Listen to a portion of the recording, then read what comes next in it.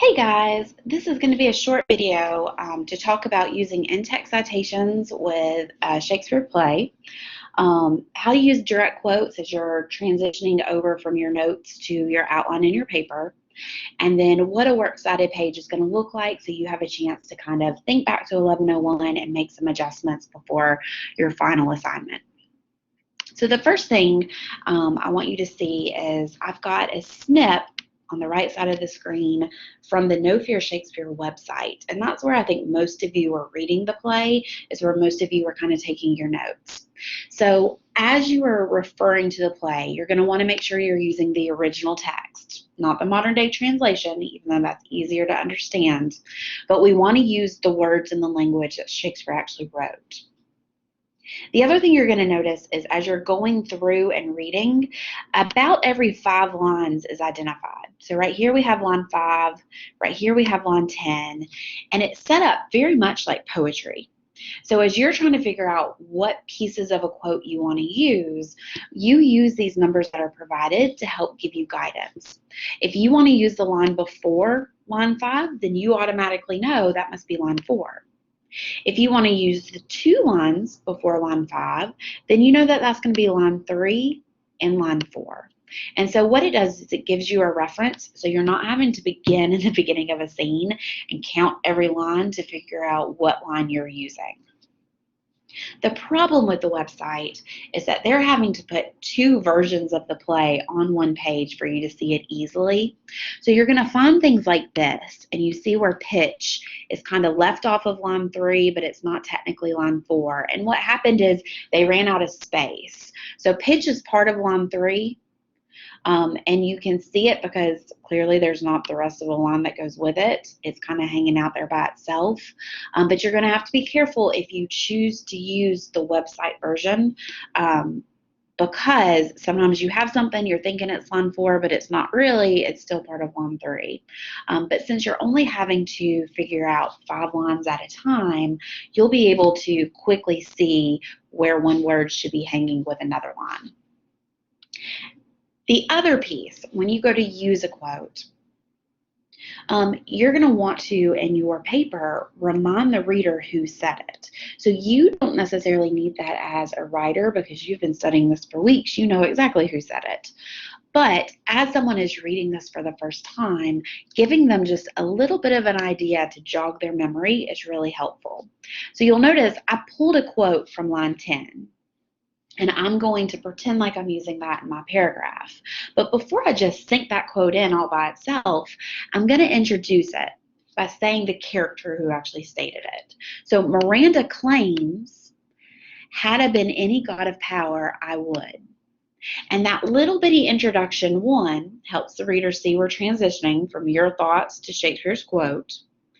2, it reminds them which character said it. Miranda, daughter of Prospero, okay. And it gives that quote a little bit of context so they understand what exactly is happening. The second piece you're going to need as you're using quotes is your in-text citation. And so at the end, you'll notice a whole bunch of numbers and dots. And some of y'all have been doing this correctly. Some of you need to go back and look.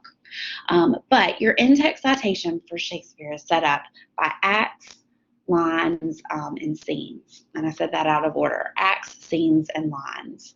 And so the first number is always going to be your act. Your second number is always going to be your scene. And your last number is always going to be your line.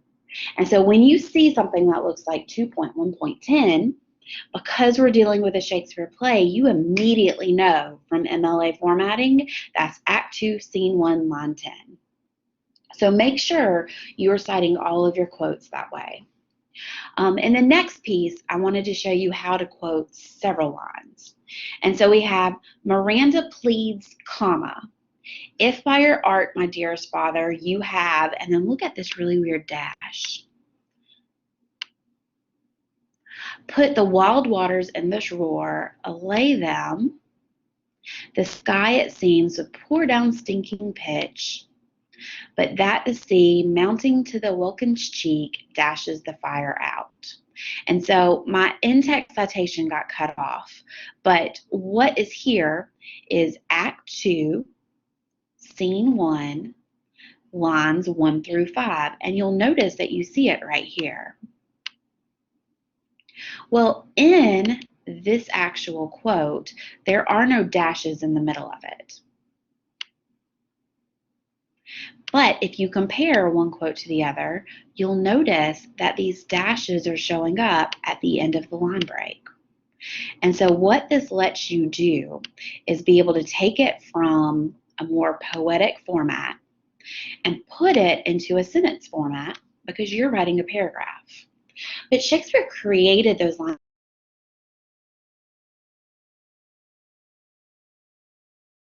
his character development, his conflict, and you want to give him props. You want to respect the fact that he wanted lines broken in a particular place. So as you take it from kind of these lines, almost stanza-like format, and you convert it over to your sentences that fit in your paragraph, you place this dash in order to represent where the line break would be. And you place this dash in the place that represents where that line break would be. And so as you are going through your citation, and let me fix it so you can actually see what it was supposed to look like. We have Act 1.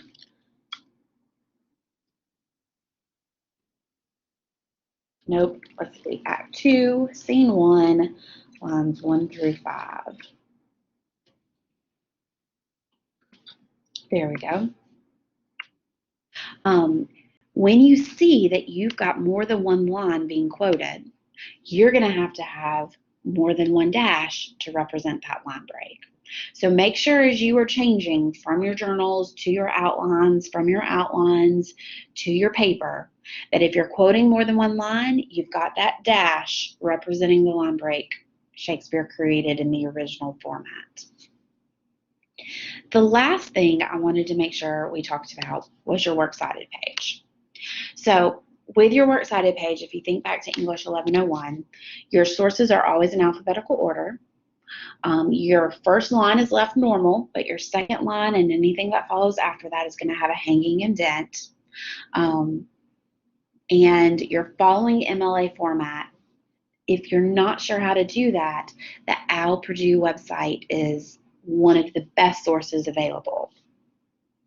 But you'll notice you're only quoting one source. You're only referring to the play. So this means when you create your Works Cited page, you are only going to have one source, the play, cited.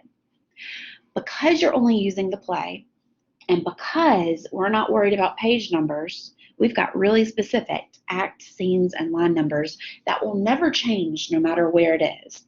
On a website, in a textbook, in a book all its own, those things are facts that will never change. This frees you up to be able to use a couple of different options for the way that you cite it on the Works Cited page. You can use your textbook because the play was written in the textbook, the original format is in the textbook, so when you do 2.3.41, that's going to be the exact same line whether it's your textbook or somewhere else. The nice option about this is your textbook is in your syllabus in MLA format. So you could copy and paste that over, make sure your hanging indent is correct, and your Works Cited page would be fine for this paper. Some of you want to be a bit more true to form. You read it on the No Fear Shakespeare website. You want to cite it because you read it there.